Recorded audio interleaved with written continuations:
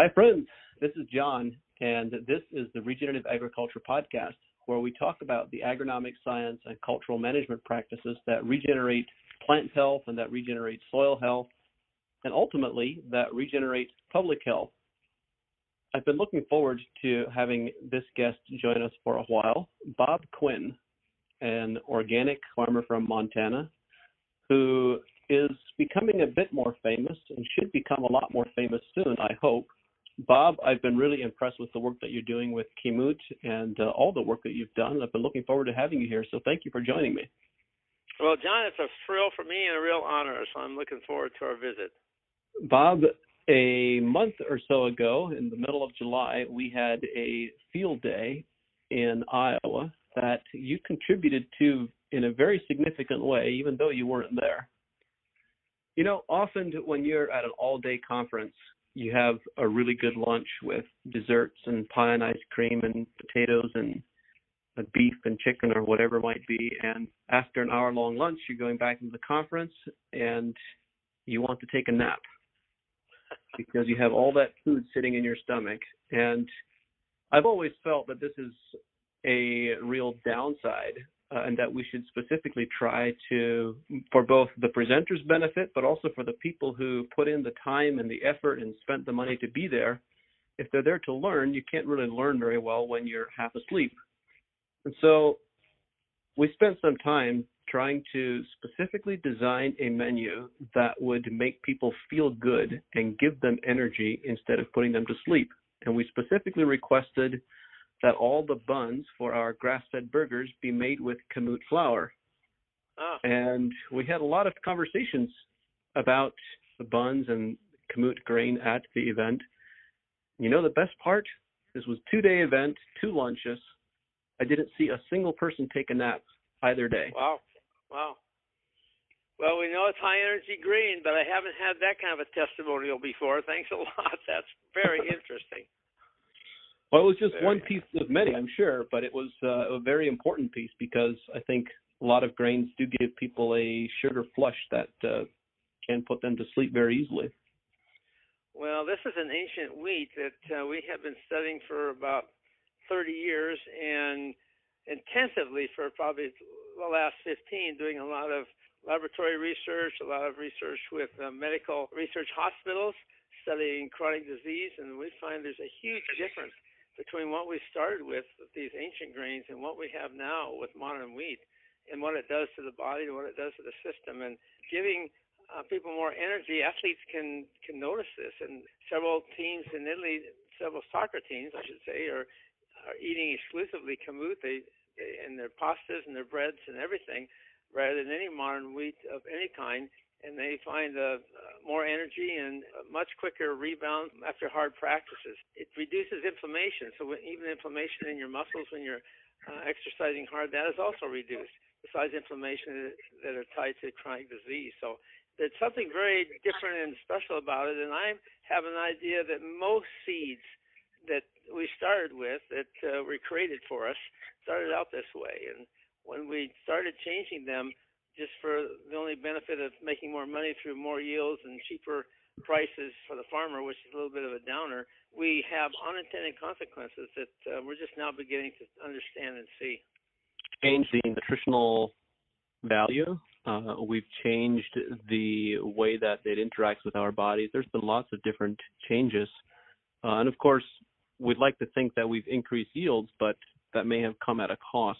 Many people don't know your story and your background, Bob. Tell us a little bit about your story as a farmer and as it relates to the story of Kamut and what brought you to the work that you're doing today. What has been your pathway?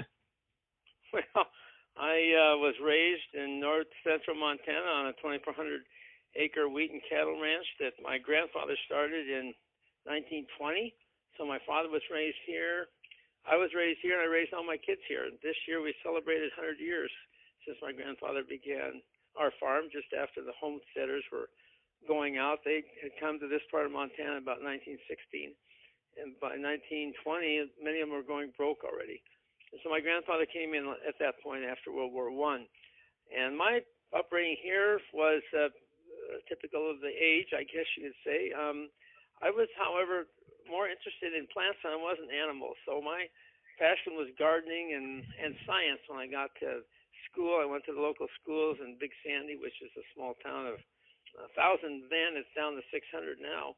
And graduated and went on to Montana State University, where I studied botany and plant pathology. I love plants and I love science, and so that's how I put them together. And I just kept on going when I finished a master's at Bozeman at Montana State and went on to UC Davis and finished a PhD in plant biochemistry. I was a little disillusioned with the way university was working at that point, and seemed to be more focused on getting grants than it was on cooperating with each other to advance science. And I decided to come home and join with my father in farming, and soon our whole farm became my laboratory. And I was doing experiments, done experiments for 40 years that we farmed here. After my father retired, I started experimenting with regenerative organic systems. We didn't call it regenerative in those days, but that's what it was. We were using legumes to build our soils, and then once every other year, and then the off years we would grow our cash crop. So we were trying to build our soils and focus on the soils, and we started that in about 86. So we've been 34 years organic, and at about the same time, realizing that, or let's see, a couple of years before that, realizing that 2,400-acre farm when we first came back wasn't big enough to support two families, even though it supported one very nicely. I started looking for other ways that we could add value to the farm, and found a cousin in California who was interested in and available to sell my grain to whole grain bakers in Southern California. We had very immediate success with that and formed a company. My end was Montana Flour and Grain. He took care of sales and customer relations, and I took care of grain procurement. And when our farm didn't produce a high enough quality, I found grain that was suitable. The second year that we were in business, they asked for organic grain, and that was my first introduction to organic. And I finally met some organic farmers and got acquainted that way. And then they wanted us to sell them stone ground flour, so I got a stone mill and put that in our cleaning plant, and we were in the stone milling business, which I didn't know anything about, but we just learned as we went and added one customer to another until it became quite successful. And then we added this ancient grain to the mix in about 1988, and it took off, and we registered a trademark which was kamut, which is an ancient word for wheat in Egyptian. Using that trademark, we marketed this grain as something that was always guaranteed the customer to always be organic, pure, never adulterated, never genetically modified or mixed with modern wheat in any way. So that was kind of the launch, and it just kind of went from there, John, into areas that I would have never expected. Our business grew in Europe much more than in this country, where they were really interested in ancient wheat. And now 75% of everything we grow goes to Italy. They make several thousand, probably 2,500 or 3,000 different products there. Another 10% goes to the rest of Europe, about 10% to the U.S., and 10% to, or a little bit less, to Canada. So it's taken me all over the world. I've done experiments all over almost every country where wheat is grown. I've been there to experiment with this ancient wheat and see how it compares. So it's been a great experience, and I've learned a lot and made lots of friends all over the world. There are so many aspects of the kamut story that I've heard about from other people and that I've read about in your book that I want to unwrap. So you chose to trademark the name. What was the inspiration for trademarking rather than doing some other type of variety protection, and how has that worked out? Well, what we saw with spelt, for example, spelt was starting to gain popularity about the same time, but what people were doing with it was breeding it, crossing it with modern wheat so they could get higher yields. All these Asian grains don't really yield very much, John, compared to, well, I shouldn't say very much. They have a lower yield potential than modern wheat that's really been bred for high inputs and high yields. And the ancient grains, or grains and seeds that have never been bred that way or selected for that, don't really have that as much. And what we saw with spelt is people were crossing with modern wheat, but they still called it spelt.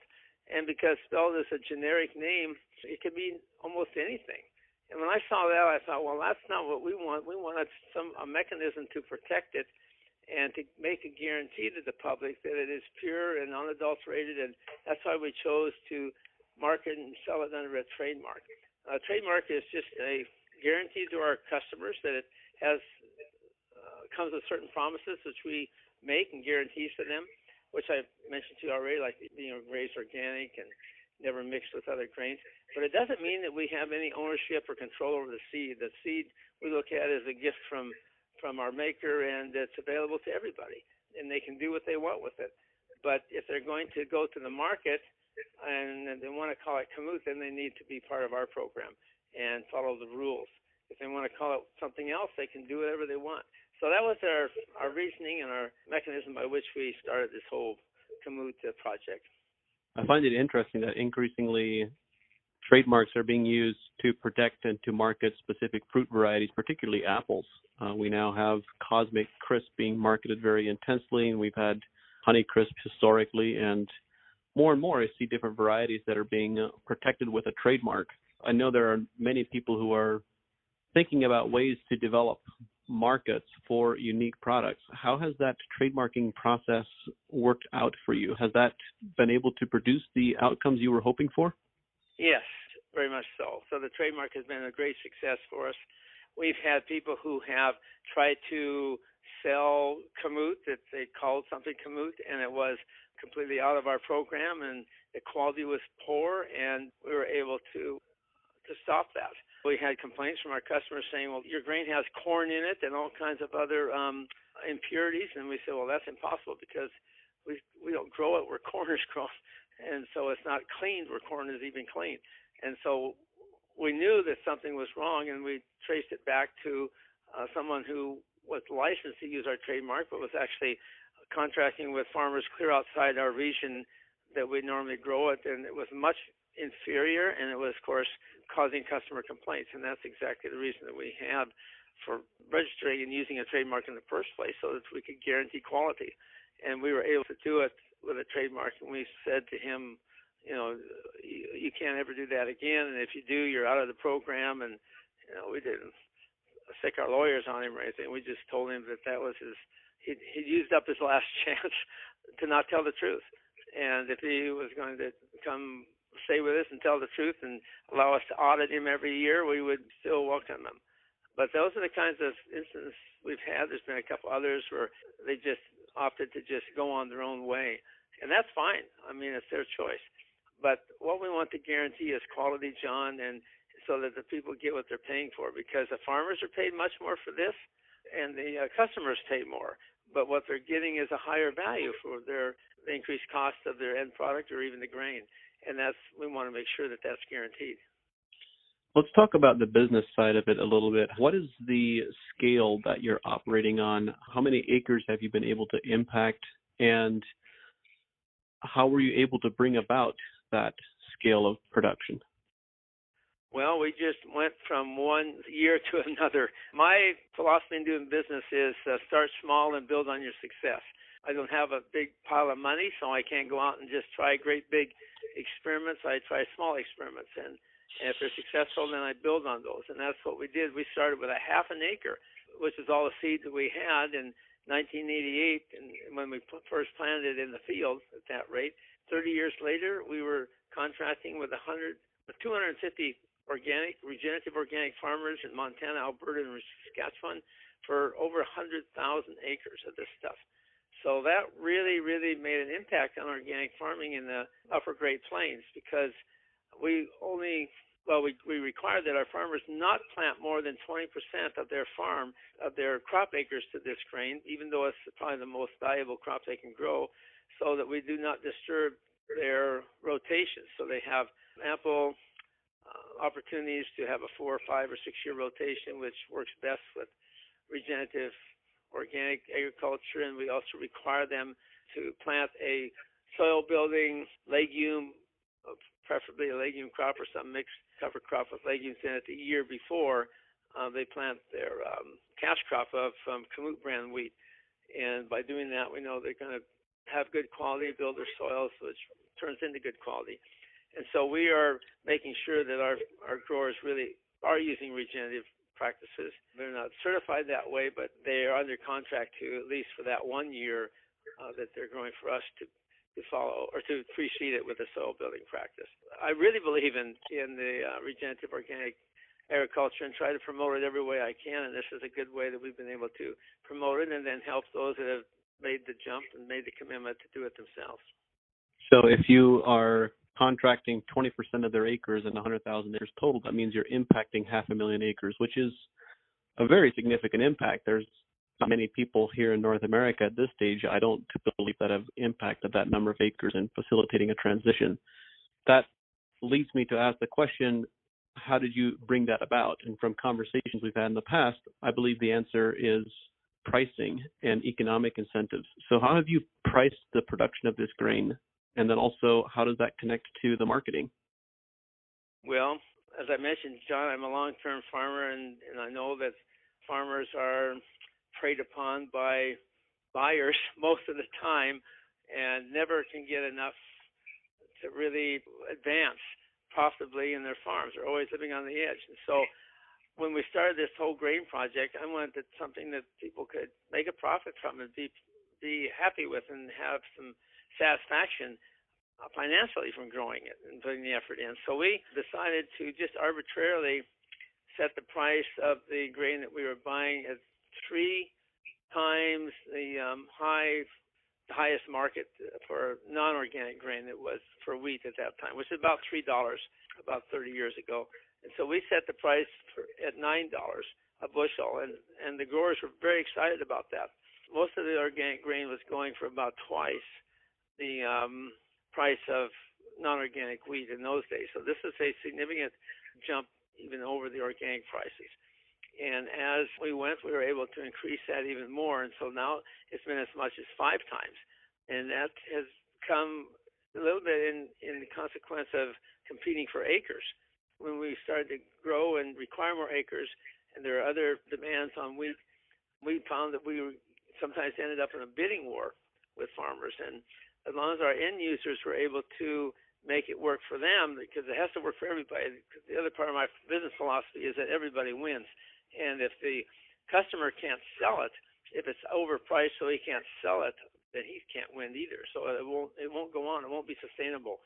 And we work very closely with our buyers and manufacturers and help them with understanding the higher value that this grain had. And a lot of people who couldn't eat modern wheat found they could eat it. So they understood immediately the higher value it had. And many of them that ate it could feel the difference in their bodies, just as you were mentioning with people not going to sleep. People could feel the higher energy. People could notice right away that there wasn't any problem with digestion or cramps or some of the things that many have with sensitivities to modern wheat. So that was something that it wasn't just smoke and mirrors or fancy marketing. It was just explaining to people what we had discovered and then asking them to try it themselves and see if they could feel the difference and taste the difference. It also is very tasty, has a great flavor and aromas, and that was also a help to us. How did the economics end up working out for the growers? You mentioned that you're today at 5 times the price, if I understood correctly, the commodity wheat price.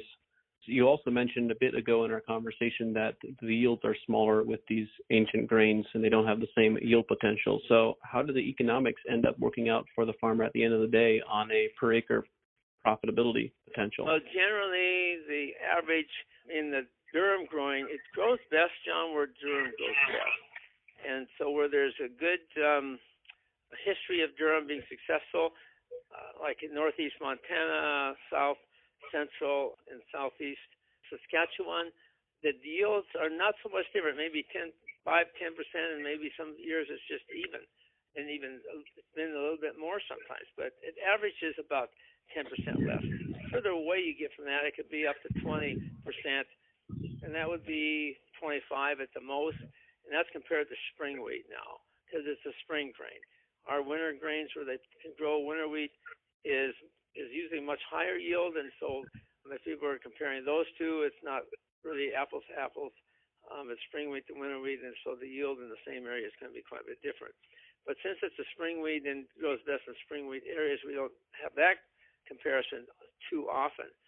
So if it has 20% less yield and you're getting 4 to 5 times more per bushel, you're coming out very well. And then with organic, cost of organic production for grains in the upper Great Plains is normally 1/3 to 1/2 less, depending on how much of inputs you are going with your chemical agriculture.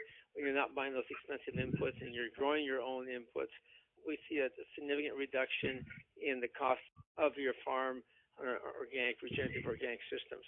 So you're really gaining on both ends of it: higher price, lower inputs, and that more than covers a small decrease in yields. Our yields are also something that's variable with the weather. So if we're under a severe drought, this grain actually will out-yield, because it has some drought resistance, it will out-yield modern wheat and chemical agriculture. If we're having just an average year, then it will be pretty close. I mean, then you're closer to your 10%. If we're having a very successful year with really good rains or extra rains, the yield potential of modern wheat and also with chemical agriculture does exceed organic by 20, 30, 40%. But you're into really good yields, and so it's not a detriment. It's just maybe you're coming closer to being a similar economic situation with your chemical neighbors on those extremely plentiful years. But they don't come very often. Maybe 1 year in 5 is that way. And the average, though, you're much better off over the long haul under the average. When you were describing how the distribution of this grain, you mentioned that the majority, 80%, if I understood correctly, is going to Europe in total, with Italy being a significant proportion of that. Why so much more significantly in the European marketplace than in North America? Well, that's a really good question, John. Why is it so much more of interest in Europe than here? One thing that you find in Europe is more interest in organic in the first place than in America. Even though we have a higher dollar value we sell in America, it's because we have many more people that are buying it. But our percent of organic food that's sold in America is around 6%. Many countries in Europe are exceeding that, some double and some triple that almost. But in Italy, which led the way for our big growth in the world, actually, because this grain is a very close relative to durum, it makes a wonderful pasta. And to them, it is just like the old timers tell me that it's like pasta that they used to have and remember even before World War II. The smell of it in the factory as it's being manufactured is something that they once had and then lost, and now they have it back again. So they're very big interest in this, and they're very, very critical and picky about the quality of their food. And if you have something that's of extremely high quality, they're very, very interested in it. And it carries through not just to pasta, but to breads and cookies and cakes and seitans for meat substitutes and all kinds of other things. They're making syrup with it, grain syrups. They're making kamut milk or kamut drink like rice milk. And with that, they can make ice cream and cheeses. And it's just, their imagination just has no end.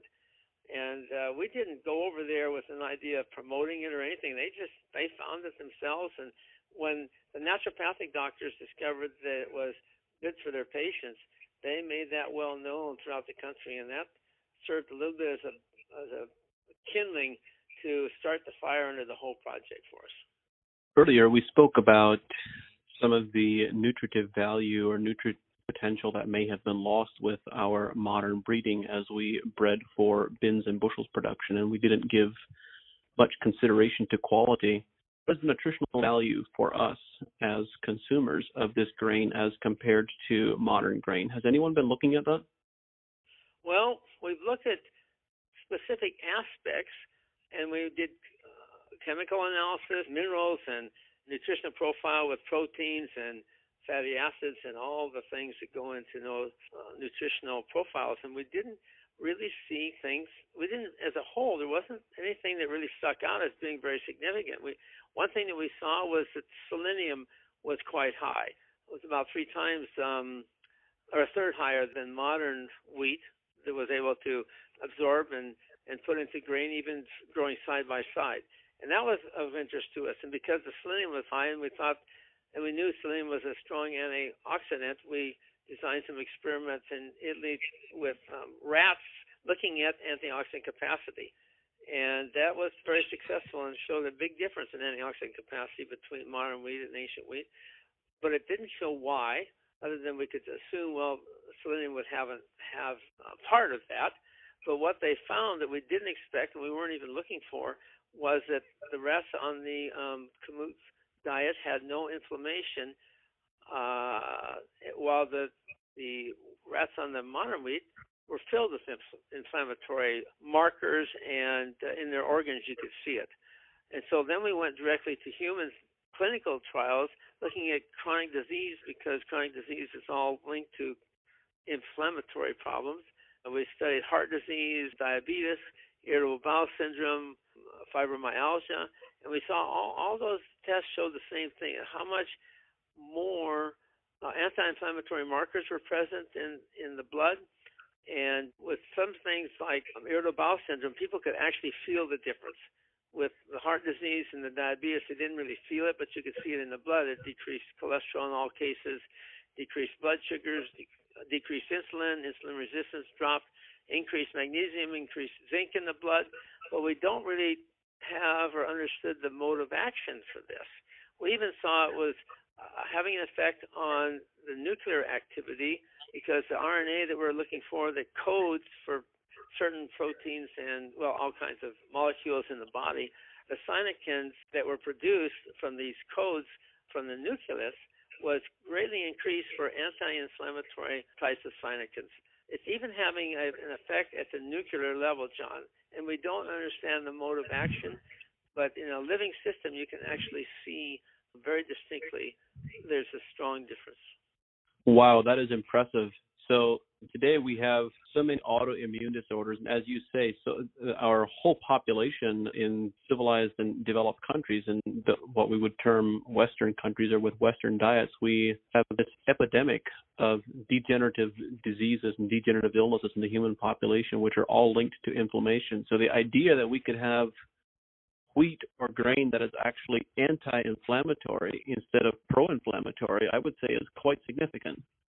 It really is a game changer, and that was the most significant difference that we saw was the inflammatory properties, and there were the difference like 35 to 45%, where the rest of the differences like cholesterol, dropping of cholesterol and blood sugar and all that kind of stuff was in the range of 8 to 12%. So this was something that was so significant that the researchers were just astounded. I mean, you can't even take pills and drugs to create this kind of a change. And yet by our diet, we can make significant changes in our health. And Hippocrates taught 2,300 years ago that food should be our medicine and medicine should be our food. And this is an example of exactly what he's talking about. I know that the Europeans tend to have much higher standards for purity of pesticides and chemicals than we do in our foods here in the United States. And in fact, one pesticide that's, of course, receiving a lot of popular scrutiny in the press right now, as it should, I believe, is glyphosate. And it's interesting when you look at the history of the permissible levels of glyphosate in grains here in the U.S. and in feeds for livestock. They've increased those levels, I think, at least 3, if not 4 times over the course of the last couple of decades in order to still keep the majority of the grain crop below the maximum permissible level.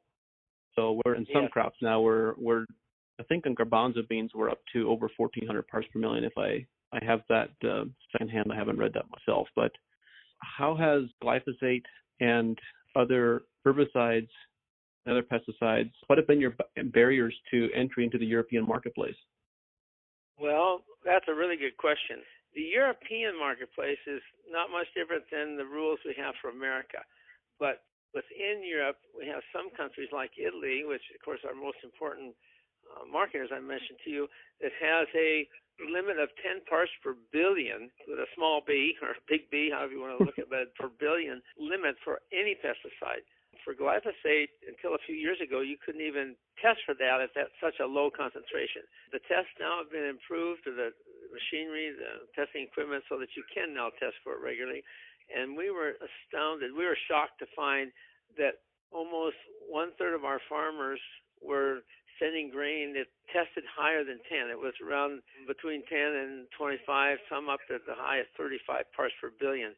Now, if you contrast that, what's allowed in America, and the reason, one of the big reasons that Monsanto, particularly then at that time, owned glyphosate, of course, and Roundup, wanted to increase it because they knew that they wanted to start promoting Roundup as a desiccant, so it would be sprayed on the crop to dry it down immediately preceding the harvest.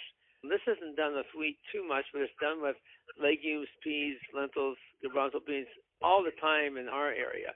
And for the north, it's done with wheat to hurry the harvest before the snow flies. And so we see more and more of it. We have so much glyphosate now being used that we're starting to find it in the rain.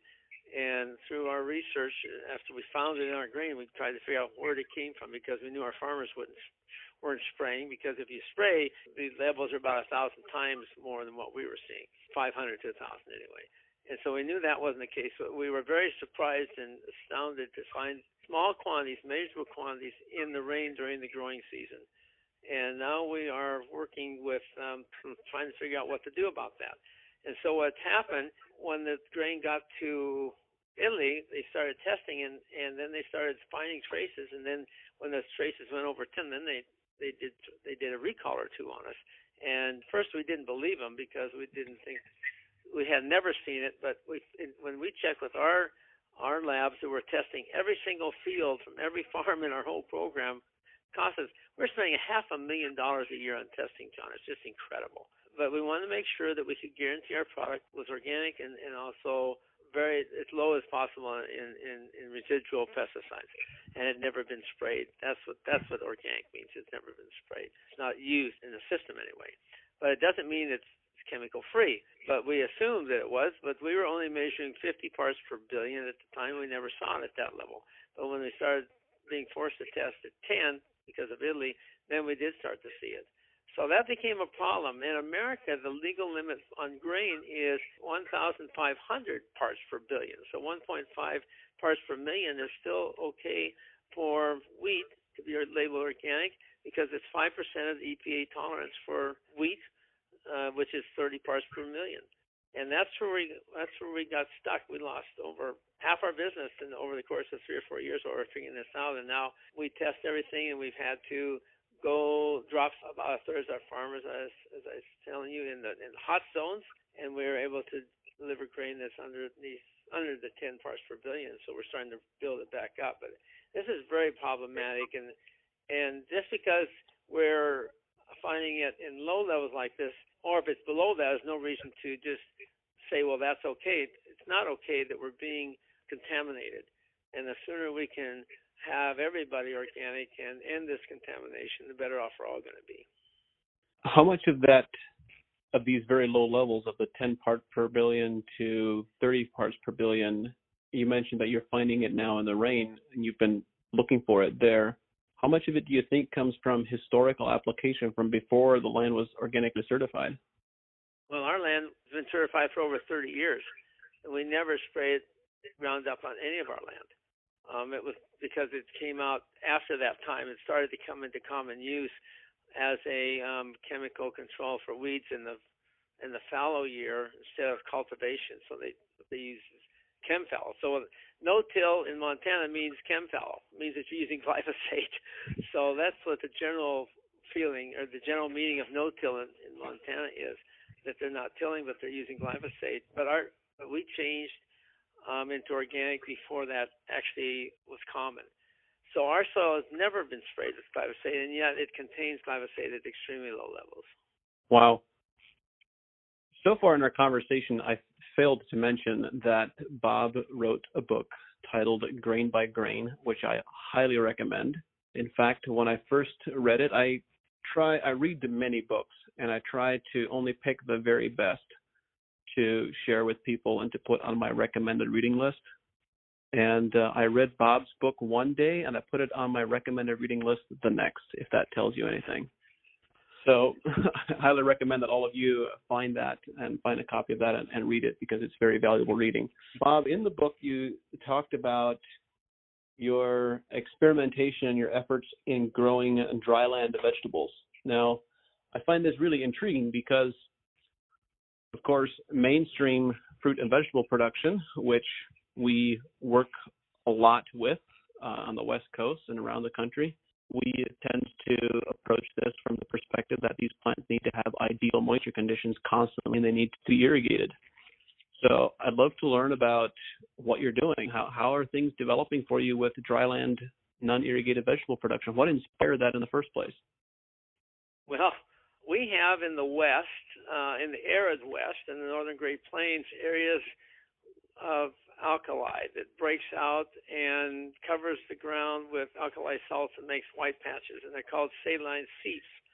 And they occur when water is absorbed at a high, like a hilltop or an upper, a higher level, higher of the field, and then seeps down into the field and hits an impervious layer of clay or a really hard sandstone or something that forces it back up, and then it comes back up to the top of the ground with all these dissolved salts. It's common to semi-arid fields, and as it evaporates, it leaves these salts on top of the ground, and it ruins the soil.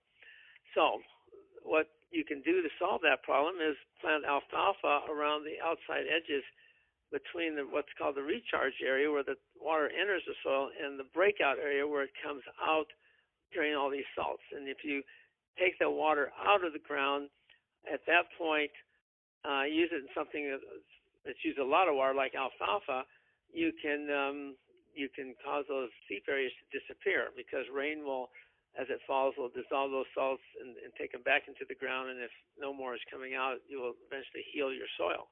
And so that's one of the things that we knew about it that 30 years ago, was that was just being worked out. And I thought, wow, rather than just grow alfalfa, wouldn't it be interesting if we could grow vegetables with this extra water that I was assuming would be there? So I put a grid across a saline seep from way outside of it to through the middle of it, and I knew that somewhere along that grid, that line, my vegetables, and I tried several different types of potatoes and tomatoes and corn and just a myriad of different, well, 3 or 4 squash, 3 or 4 or 5 or 6 main vegetables. And I knew that in some areas of that grid, it'd be too salty and they would certainly die. In some areas, it'd be too dry because they're too close to the center. In some areas, they'd be too dry because they're too far away from the where the water was present underneath the ground. But some places I thought they'd be just right.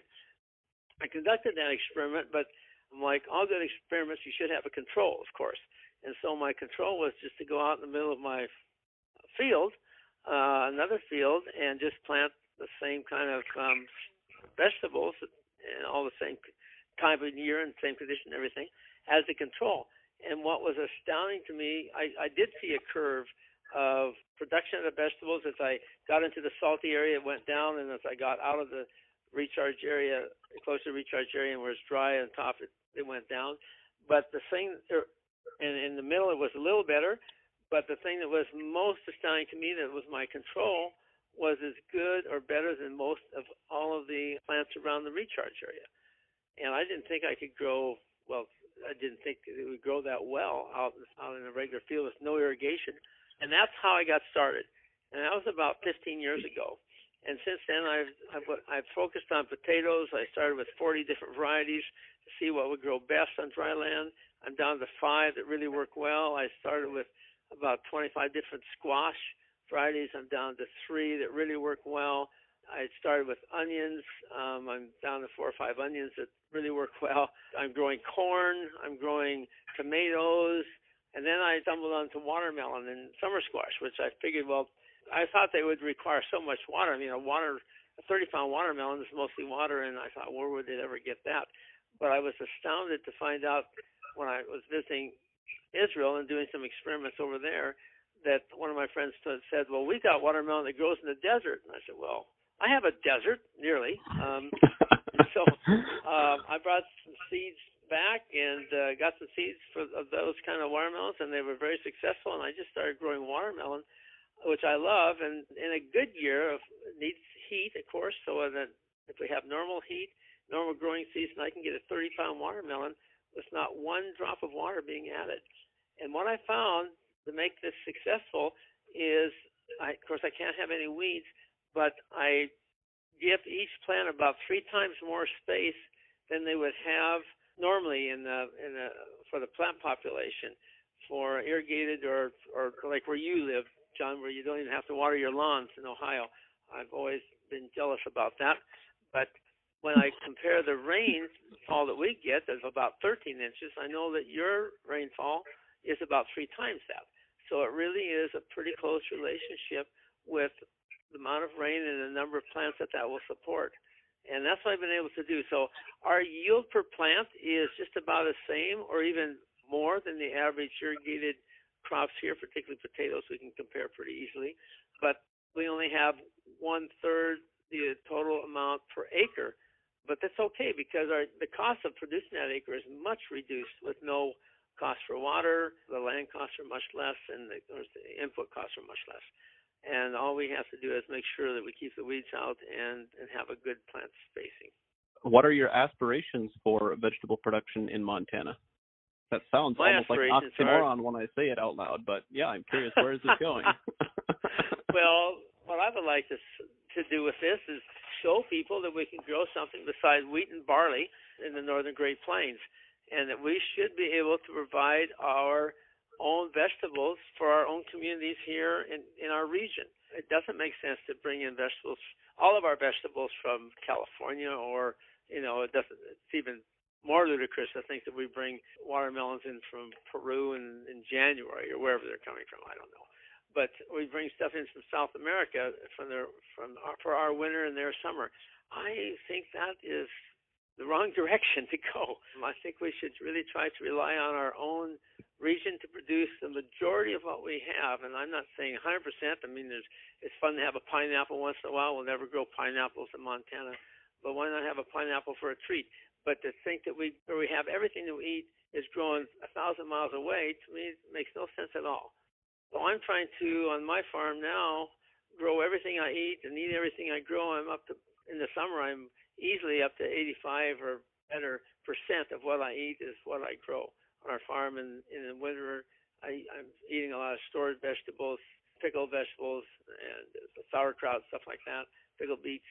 It's still over 75% of what I eat is from what I grow. And I'm just trying to do that arbitrarily to show people that we can actually eat regionally and support a whole another layer of farmers and small industries just in each region. Bob, I do want to dig a bit more deeply into your capacity to grow all of your own food and what that can really mean. But before we go there, I don't want to lose sight of a comment that you made, something that I want to add to the conversation regarding saline seeps and water movement in their landscape. There's a fascinating book written by an Australian farmer named Peter Andrews that is titled Back from the Brink: How Australia's Landscape Can Be Saved. Peter has developed really deep insights into how water moves through the soil profile and through the soil horizon, and how you can manage water differently in the landscape to remove all the saline seeps. So I know this is becoming a much more common problem. For all of our listeners, I wanted to at least point in the direction of that book because I think it deserves to be much more widely known. So I want to come back to your vegetable production and growing your own food. I'm really excited and inspired by this because, like you, I believe we need to develop a more regionalized and decentralized agriculture. I don't think it's healthy for our nation to be growing 45% of our total domestic fruit and vegetable production in 3 counties in California, which is what is happening right now. In your book, you talked about developing a taste of place and not just buying orange juice from Florida, but also developing your own juices. So when you say that you're producing 75 to 85% of your total diet on your farm during the summer months, how much of that are common foods that everyone would recognize?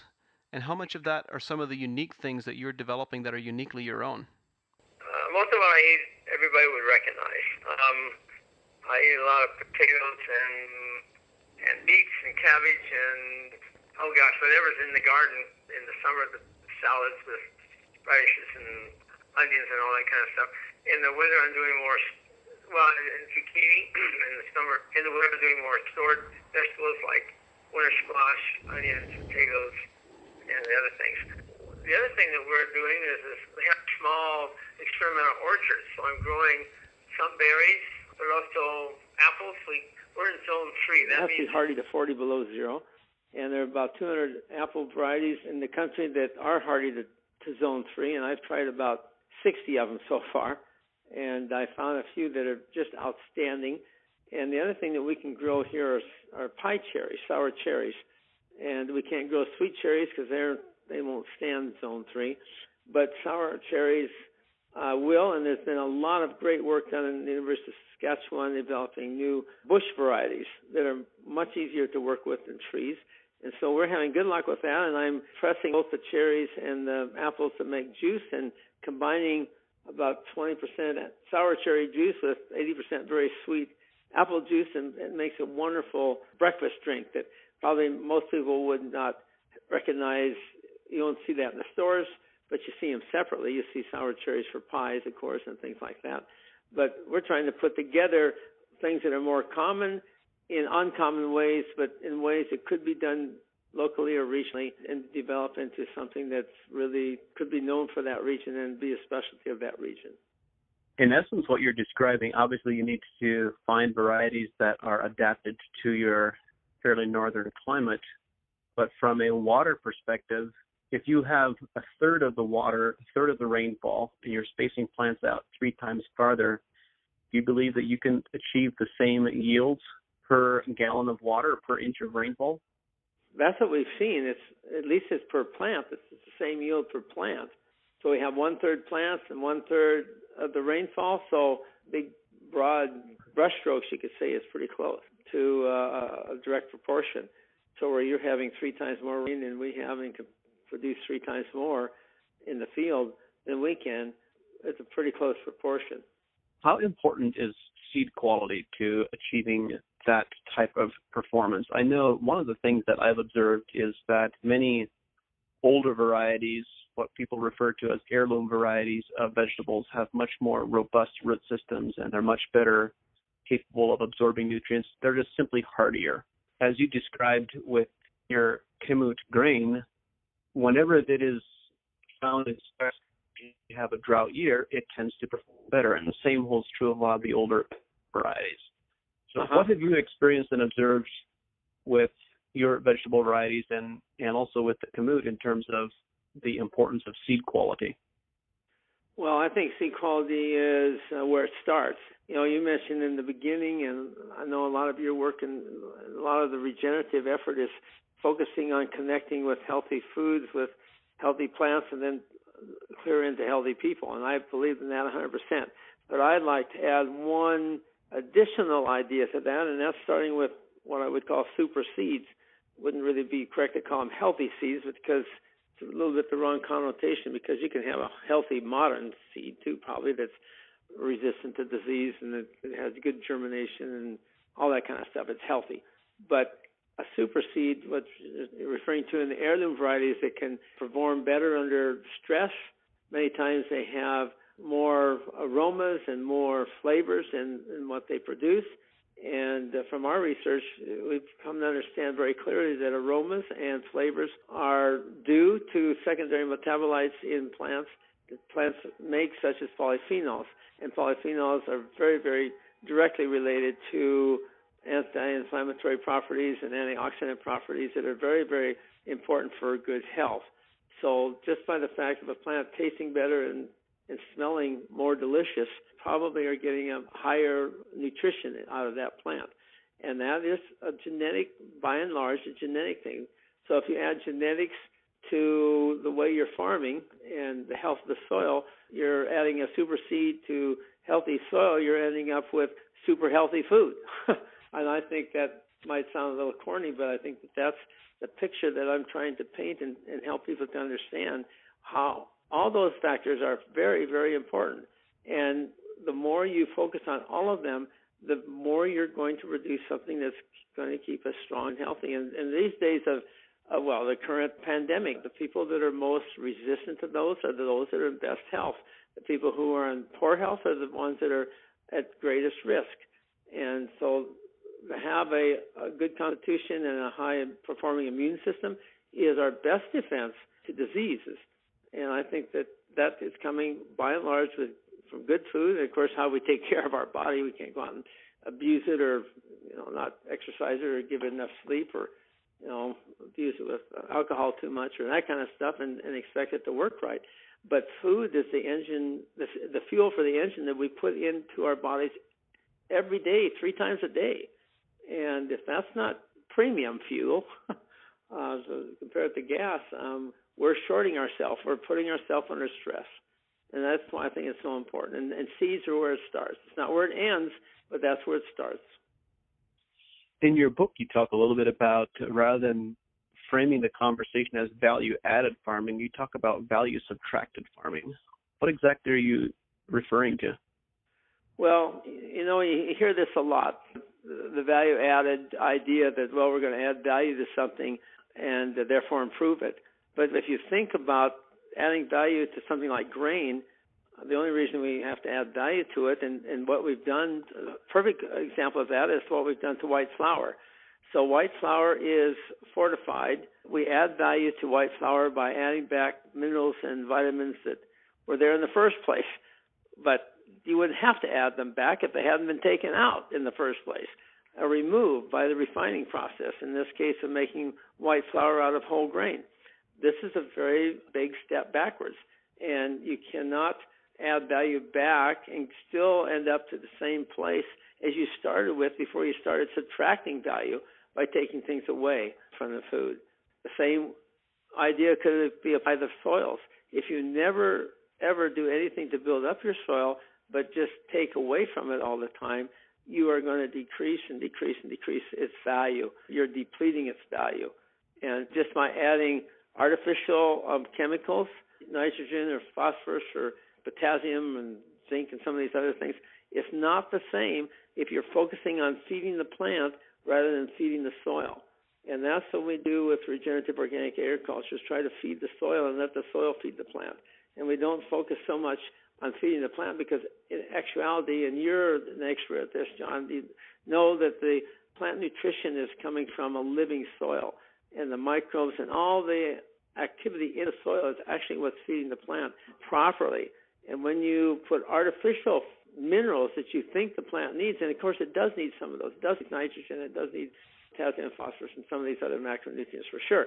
If that's your only focus and think you can just overload the soil profile so the plant has enough of its essential minerals, it's really going through it backwards. And as a result, you're doing it because you have decreased the value of the soil in the first place. You've degraded the soil. And this is a crutch you're trying to use to get back to it. But it's the wrong way to go back. The way to go back is to try to add value, keep the value that was there in the first place. And if you've lost it, then try to get back to the type of state that you had originally. What you're describing essentially is that mainstream agriculture, the way that it has been practiced for the last 7 or 8 decades, has been subtracting value from our soil and subtracting value from the foodstuffs that we are producing because of constantly lower nutritional value because of things we're taking out of it. Yes. I was also really intrigued by the story that you shared of how you set out to produce oil for biodiesel to produce your own energy and ended up producing a food product that then became fuel as well. Can you tell us a little bit about that story and how that came to be? Well, that's an example of not value subtracting. Right. So I had an idea when the first fuel crisis was hitting us soon after we moved back to the farm in the very late 70s and early 80s. And there was a lot of talk of growing our own fuel, and that most of it was dealing with ethanol and ethanol production. But we weren't really suited that. We can't grow corn here. It didn't make as much sense to do that with other grains. But the thing that intrigued me was oil seeds. There was a big possibility that we could use oil seeds then to make biodiesel and run our diesel engines with it. And that was my goal. I started out with camelina because it was a grain that is very, very productive here. It can be planted very early. It's in the mustard family, similar to canola, but canola cannot be planted so early because it's more susceptible to frost. But by the time it starts to flower, we're in the heat of the summer here, and really decreases the yields if it gets too much heat on it. With camelina, it matures much earlier, and it flowers before the heat of the summer arrives in the end of May. And so that looks real promising. And so I decided to get a press, a oil press, which I got, and press some camelina oil. I got a mechanism or the equipment to make biodiesel, but it was very quickly apparent to me that biodiesel came with a lot of drawbacks of dealing with wastewater, dealing with byproducts like glycerin, and also the tests that were required to make sure that your chemical reactions had gone to completion and your fuel quality was good enough for a diesel engine. So I was a little discouraged with that, and my trips to Europe, which I make marketing 4 or 5 times a year, led me to a meeting with fellows in Germany that were using straight vegetable oil in their diesel engines. They had to modify them a little bit to start the engine on diesel, but that was after it was warmed up, that heat was used to warm up the vegetable oil, which then, when it went in hot to the engine, it could burn just as good as diesel. So that's what I decided to do. But I found out that camelina wouldn't work because it was made of polyunsaturated fat, means that it had several double bonds in the fatty acids in the lipid structure of that oil. And I had to have a monounsaturated fatty acid. A monounsaturated example of monounsaturated fat is oleic acid. So we started then to grow high oleic safflower. And safflower grows very well here because it loves heat. It's like a thistle. It's a long season, but it really does well in high heat and low water. So that's what we started to grow. One of my hired men that I had working for me at that time decided he'd take some of the oil into the local restaurant, and they said, "This is the most fantastic oil we've ever seen or tasted, and it makes better fried chicken and better French fries than anything we can buy. We'll give you $2 a pound for it." So now all of a sudden I had an oil that was worth $2 a pound, and there's about 8 pounds of a gallon, and so I could either buy diesel for $3 or $4 a gallon, or I could use my oil it was worth 16. And so it didn't take me very long to figure out the economics of that, and I started selling it to restaurants for cooking oil. And we picked up pretty large accounts at Montana State University and the University of Montana. And the University of Montana particularly was very interested in letting us have the oil back, because I thought, well, if I could get the oil back, the used oil, just clean it up, take the water out of it, filter it, centrifuge it, just clean it, I could use the used oil in my diesel and tractor, and that's what I started to do. So we were able to eliminate the whole discussion of food versus fuel argument about how we should farm and what we should use our land for, by using our land first to grow food and then use that food once it was spent, in the case of used vegetable oil, for fuel. And so, again, it was a case where everybody wins, and particularly the environment. And I found, on being a farmer, if you can sell something you raise twice, John, it really increases the profitability. So that's a lot more fun. Yeah, that's a really great story, and I thank you for sharing that. When you think about all of these various ventures, Bob, you have been able to make a significant impact on agriculture. You're running lots of experiments and trying different things. What do you see as the opportunity for farmers today? Where should the farmers and our listeners who are listening to this, where should they be thinking about opportunities that are untapped that they can be thinking about? Well, I think they need to look further than their chemical representatives. And that's where most of my neighbors are getting their information. And a lot of the research is coming out of the university that supports that. You know, the USDA budget for agriculture research is 99% focused on chemical inputs and farming with chemicals, biotech, and all this artificial things. And if we had more research money donated or earmarked for regenerative organic systems, we could have a lot of new ideas of how to farm better and more profitably. We just need to put the pressure on to encourage that. But in the meantime, I would encourage farmers to look up organizations that are tied to regenerative organic and go affiliate there and go to their meetings and meet some of the people that are farming in this way and get some ideas about what's going on. And the demand for organic food in this country is far exceeding the supply. We have 1% of our farmland now is organic, or a little bit more than that, but over 6% of the food is organic. So we're way behind as farmers. We need to really catch up and see how we might fit into that. And now there's opportunities really in every region to do so. We just need to go to the internet. You can find everything there now, and see where the nearest demand for organic, whatever you're growing, either organic vegetables or grains or whatever you grow, where is the nearest demand for that? And I can guarantee you'll find some, because a lot of the deficiency that we are not making up in this country of growing our own organic food right now is being made up with imports. And so we're supporting farmers across the near side of the world and shipping across oceans again food that we could be growing ourselves. And extra money that goes to those premiums could be supporting farmers in each locality. Bob, with all of your experiences, you've developed a very different perspective on agriculture than the mainstream, which is very refreshing. What is something that you believe to be true about agriculture that is different from the mainstream view? I believe that regenerative organic agriculture is the future, and it's the only future that makes sense, because everything else is based on artificial crutches that are starting to produce more problems than they're solving. And that's certainly different than what mainstream agriculture is told, and therefore what they believe. And I think the sooner we understand that, the quicker we can start to make the changes that will benefit us all. What is a topic that you would like to speak about more often, but you are hesitant to because you sense that many farmers may not be open to it or may not be ready to hear about it? Well, let's see. I think I'd like to speak more directly to converting to regenerative organic systems on each and every farm and the opportunities that exist there. One thing, John, that you can't force change on people. You have to demonstrate and be able to show that it's going to be better, and there's a reason to change. And so I don't come out too strong without backup.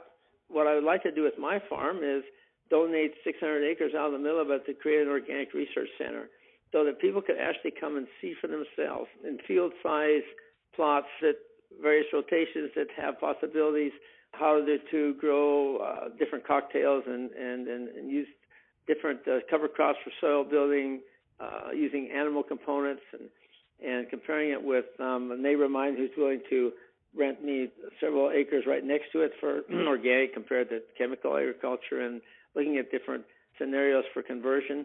Those are the kinds of things I would like to do. And just by going out and saying, well, organic is better and we should all be doing it, that doesn't really go very far, because people don't understand how it could work on their own farm. And if we could show more farmers how it could really work on their own farm, because it works fairly close to home for them, multiply those demonstrations and feature those successes all over the country in every region, I think it would be a great help.